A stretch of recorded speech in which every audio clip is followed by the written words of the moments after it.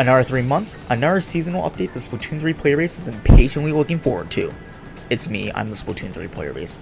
But anyway, speculating is fun, so I'll join on the cycle of getting my hopes up to unrealistic highs only to be inevitably disappointed. But first, let me review my predictions for Sizzle season. Alright, so I said that they'd bring back an old Salmon Run map, there'd just be new kits, didn't decide to think of new mains at all, thought Urchin Underpass would be the returning map, predicted Museum for Big Run, thought we wouldn't get extra work, and thought Super Chum was gonna replace Tenna missiles. Well, let's just say I was wrong! But hey, look at it this way. This means I can't possibly do worse this season, right? Right? But anyways, I'm gonna attempt to think more about stuff like new main weapons and a concept for a new map in this season, otherwise the format of this prediction video will be roughly similar to the one I did for Sizzle season. But I want to make this one better, so with that out of the way, let's get started. Well, I'll always start with, when it comes to these predictions, how the season gets announced. Series of tweets, or trailer. Oh, sorry, they're called X's now. So anyway, us still calling this platform Twitter is the one instance of dead naming that we're unanimously okay with, right? But anyway, last season I got one of my few correct predictions, saying that it would indeed be a trailer, saying that the announcement of the addition of lead battles would be the highlight. And I was kind of right. But anyways, with that out of the way, I think the only real big selling point left that will warrant a trailer for a new season in the developer's eyes is there a cool new main weapon or something side order related. Speaking of, when is side order gonna release? There's currently a placeholder date that says it's coming out at the end of 2024. That's almost certainly not the case, but I don't know about whether we're getting it this year or early next year. Even if we were to get it this year, would they dedicate a new season reveal to a huge blowout of information about the campaign? I'm gonna say no, and that a huge side order trailer would be its own separate thing, but I do think there's a possibility of us getting a teaser for and a possible trailer for the season. But with that out of the way, I'll give my prediction and say that we'll just get at the rate of tweets for the season. It's not entirely a loss, as I don't really mind the drip feed of information that much. And I think if this happened, it'd open up at least some speculation deeper into the month of August, rather than pretty much ending everything other than weapon kit speculation early in the month. Unless you accidentally make it known that one of the weapons likely has a special that people hate. But with that out of the way, let's move on to discussing the content of the update, and like last time, I'm going to start with Salmon Run. I'll try to keep it as brief as possible for Salmon Run in this update, because I'm not expecting a whole awful lot. Considering that we just got Jam and Salmon Junction in the last update, the Undertow Big Run, and extra work on Gone Efficient Hydro Plant, as I predicted would happen if we got extra work, although I didn't think that would happen. I think that the Salmon Run content will be pretty light by comparison. We'll have of course the new monthly gear, but there will probably be no new map, and I don't even expect a returning map to get added in all honesty. I'm still hoping for Salmon and Smokeyard's return though.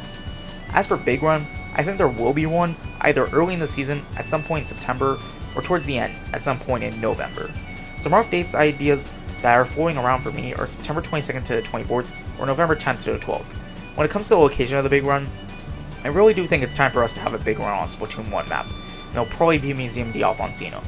I hope for us to be free from hell, Mincemeat Metalworks and solo queue for a couple of days though. Oh yeah, and also not counting on extra work this season, simply because I feel there's already going to be a few other events happening this season, where based on my expectations created from past seasons, I don't think extra work will have time to fit in. Now that I've talked about everything I expect from Salmon Run, let's move on to discussing new map possibilities. To start off this section of the predictions, I think that there is a possibility that we may see more changes to existing stages, along with the 2 new stages. Now I know, everyone was left in awe at how the Poland Wahoo Group magically solved the problem of Tetris piece maps, but more changes are still needed to make these maps not feel like hallways. One example that I can give for a good change is to not make Scorch Gorge have a one-way drop in turf war and spot zones. With that little tidbit over with, let's talk about the new maps, starting with the new map, which I do want to give possible ideas for this time. There are a couple of routes they could go with this map. In the chill season, they have Brinewater Springs. Hot Spring is a nice way to warm up. In Sizzle season, they have Barnacle and Dime, a stage that kinda looks like it was inspired by shopping malls. Shopping is a pretty popular activity in the summertime, due to the kids being out of school for a bit. And Umami Ruins is also a map that got added. If they wanted to go with the idea of making the map related to the real life season, at least as it is over here in the land of America, then they can maybe have a stage that focuses on nature in the fall. Have it be an outside area, maybe like a place that was once a corn maze, but after the events in the Splatoon universe that caused humanity to go extinct, it's been repurposed into a venue for turf wars. Maybe there could be some trees with leaves colored orange or brown. Think kind of like the colors you'd see in Maple Treeway in Mario Kart. And having some leaves that have already fallen on the ground could add to the feeling of it being fall for us Americans. Now that I've decided to be creative for once in my life, let's talk about the returning map for this season. Seeing as we've gone 2 Splatoon 2 maps to 1 Splatoon 1 map since launch, let's even it up and bring back a Splatoon 1 map. My top candidates for this haven't changed, as I'm still looking at Bluefin Depot, Urchin Underpass, and Salt Spray Rig as the primary candidates for Splatoon 1 maps to be added to this game, Although the little devil in me kinda wants to see Salt Spray Ray come back, I like this crane. I still have Bluefin Depot at the top of my wish list. And when it comes to my prediction, I don't know if it stems from me wanting it so bad, but I now legitimately think that Bluefin Depot is the most likely returning stage for this update. That being said, the other two maps do still have a lot going for them, as Urchin Underpass is one of, if not the most recognizable maps in the series, being one of two stages to be represented in a game outside of the Splatoon series, and Salt Spray Ray has a lot of potential if it does want to go the route of redesigning that map. I also want to talk about some small ideas I have for possible customization options that could be added during the season. In terms of gear, Splatoon 3 will be nearing its first anniversary at the time of this update's release. Maybe to celebrate the occasion a little early, there could be a hat shaped like a birthday cone, possibly with the number 1 on it, and it could be titled something like First Anniversary Hat. There could also maybe be a set of gear in the season's catalog that resembles a popular Halloween costume, or maybe something like a scarecrow, I don't know. Another idea that came to my mind came to the possibility of customization for our splash tags. On September 1st or 3rd, right when Drizzle season starts, is PAX West, and as a part of PAX, Nintendo Live is going on. One of the events that will happen at Nintendo Live is the Splatoon 3 NA Championships for summer to fall 2023, I guess, considering we had an NA Championship a few months back as well. But getting back on track, during that event, if you scan a QR code on the live stream, you would get a banner to use in-game. So, what if they decided to do it again? Maybe this could be another banner with a different design, or maybe a tail or badge instead. Now I've talked about that, let's talk about the possibility of other in-game events for Splatoon 3 during this season. First off, there are quite a few possibilities for Splatfest that could take place during the season. I'll start with what I think is the obvious one on everyone's minds. There was nothing added to the game to celebrate Halloween last year, which let's just say got a reaction out of the fans. But I think there's a very good chance that the devs could right that wrong on their second go-around, with a Halloween-themed Splatfest. As for the topic, a possibility could be something like common Halloween costumes, which hasn't been done yet. The teams could be something like Witches for Shiver, Zombies for Fry, and the classic Sheet Ghost for Big Man. Just thinking about this has me dreaming about the possibilities for official Splatfest or if this were to happen. The Splatfest will take place on October 27th through 29th. If they choose to fumble yet again on this opportunity though, there are other Splatfest ideas that could work well given the timing. For example, maybe there could be a theme for which kind of pie you like best, with the ideas being apple pie, pumpkin pie, and pecan pie. Given that I view pie in the land of America is a popular Thanksgiving dessert, the Splatfest would take place sometime in November, maybe from November 17th to 19th. Another option that would be more friendly to including all regions though, is a collaboration Splatfest with Mario Bros. Wonder.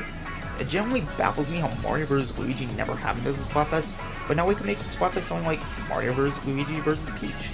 Or if they show some other things about how the game works, for example, maybe Mario can turn into animals other than an elephant, maybe there could be a Splatfest where people determine the best animal transformation of Mario. My hope of Nick vs. Disney Channel vs. Cartoon Network remains, but I've started to acknowledge that may not be as good a topic for worldwide Splatfest, but I can still dream. Now let's move on to the part of the video that will be a nightmare for me to come up with ideas for.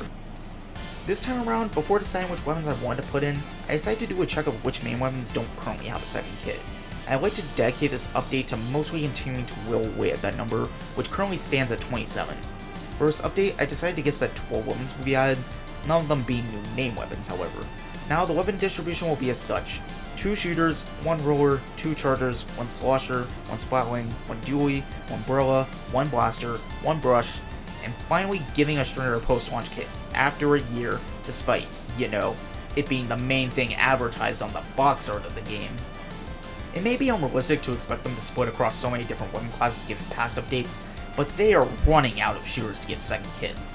In fact, the 2 we'll be talking about are the last ones for the time being, until a potential new main shooter weapon gets added. With that out of the way, let's go more in depth on my proposals for weapon kits for this update. Starting with the shooters, the first one we'll talk about is the 52 cal deco, which will combine the deco sub in Splatoon 2 with the K52s from Splatoon 2's special. Booyah will be less annoying here, since instead of having the splash wall as an additional line of defense to fall back on, it will be paired with Curling Bomb, which is not the greatest sub, but it can be used to try and do things, such as being an approach option or a fake out of an approach, and you can then punish people who may take the bait. Now moving on to the Squeezer, let's go with a kit for foil that could be really fun. The Squeezer kit will try to enable a much more aggressive playstyle than the Wallzooka combo is intended for, with Fizzy Bomb being used as a poking tool, and something that can trap an opponent into a fight, and Zipcaster can be used to take tension away from your teammates and help try and break the enemy backline. Now onto the Roller, and surely this has to be when Gold Dynamo Roller gets added into the game. Seriously, it's been a year, it's been repeatedly used in promotional stuff for the game, and it's still not here.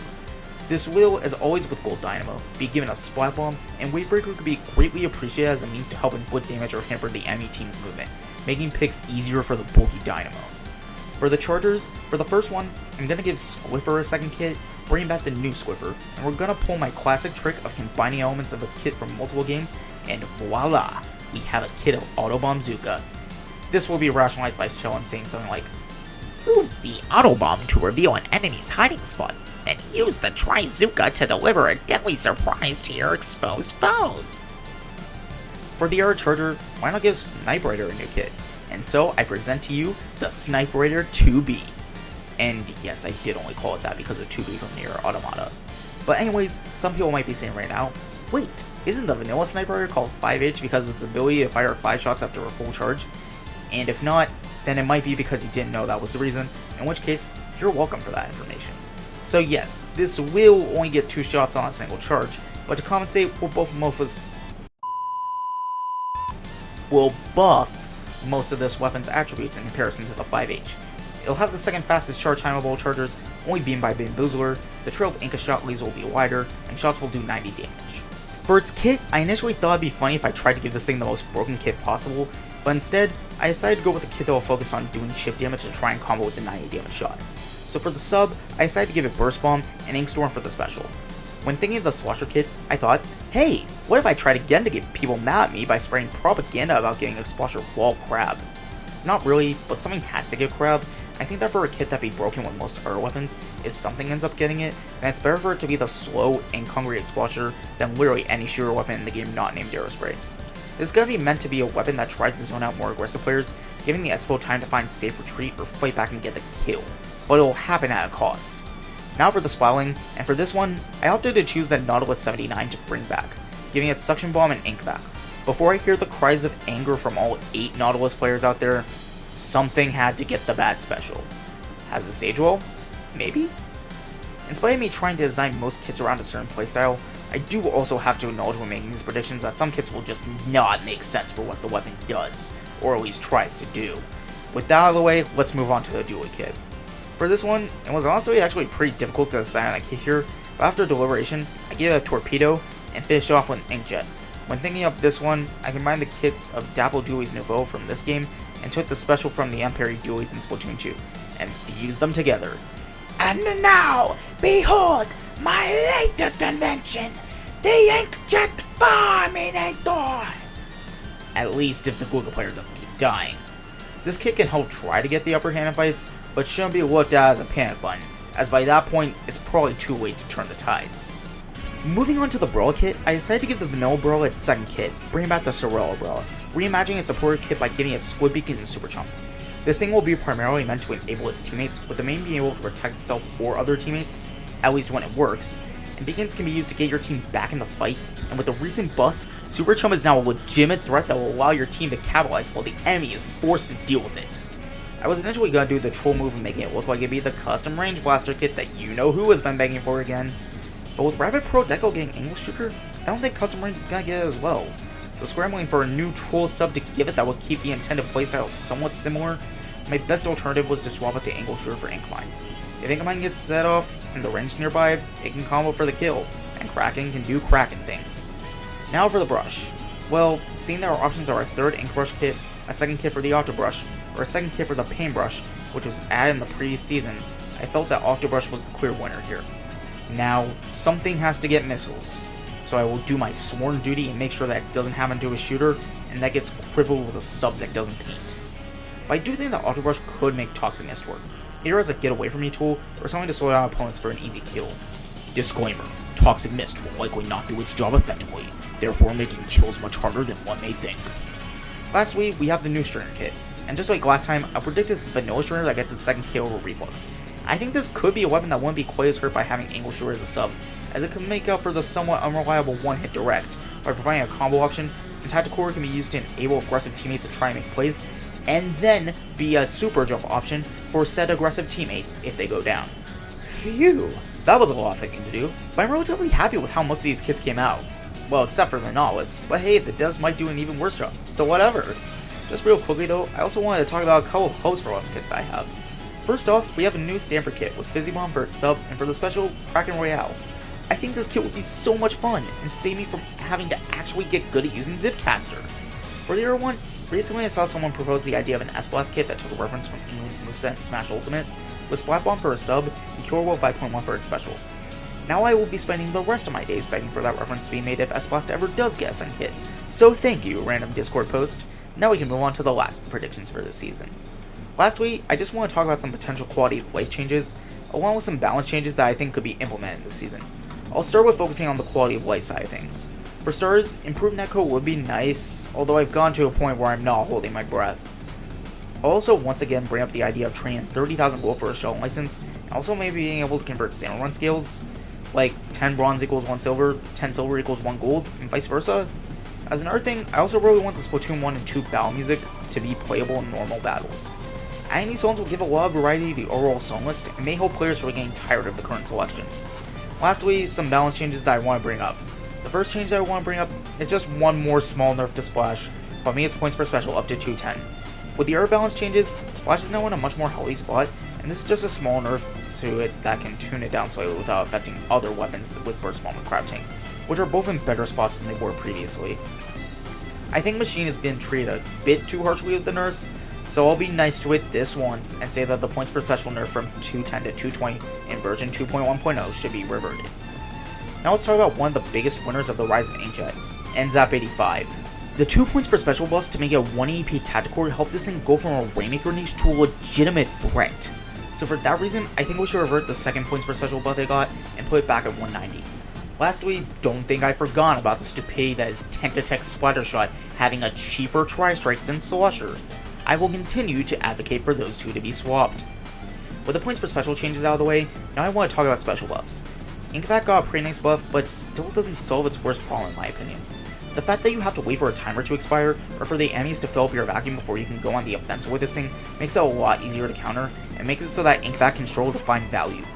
For that reason, I want it to be so that this thing can transition into its final shot at any point after 1 second post-activation. As a trade-off though, I think that if you opt to do this, the final blast of Ink's radius should be more heavily affected by how much ink was sucked up by the vacuum, along with maybe slightly more Stir Plague. Next up, Reslider. Make this weapon destroy subs that it runs over! Also, an M-lag reduction might help it not get snuffed out immediately after moving. With its most recent buffs, Trump is now fine. I'm just gonna say that this should explode after the end matches, because what is this? For special nerfs, only a couple really come to mind for me. First, a small nerf to the duration of Inkjet, from 7.5 seconds to 6.5 seconds without any special power-up equipped. Second off, nerfing Booyah Bomb's duration from 9 seconds down to 8 seconds to reduce people who hold onto their Booyah as a way to stall pushing objectives. Now, moving on to sub-balances. For the buffs, Toxic Mist should either have a more significant effect on the opponents, for example, making them even slower, and maybe cause very small amounts of damage to the opponent trapped inside. 10 damage per second inside Mist. Next, Angle Shooter will get its 11th buff, as if someone passes through the line while it's out, it will deal measly 10 damage, along with the tracking of the enemy. Next, on the buffs, Sprinkler. The Sprinkler will now have 200 HP, and Object Shard will become less effective against it, from a times 10 increase to just a times 3 increase.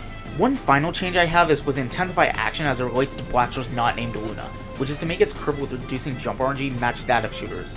My unrealistic wish would be to remove Respawn Punisher from the game, but with that out of the way, that's everything I wanted to discuss. Thanks for watching, like and subscribe if you want to see more content like this in the future, and I hope you have a great day!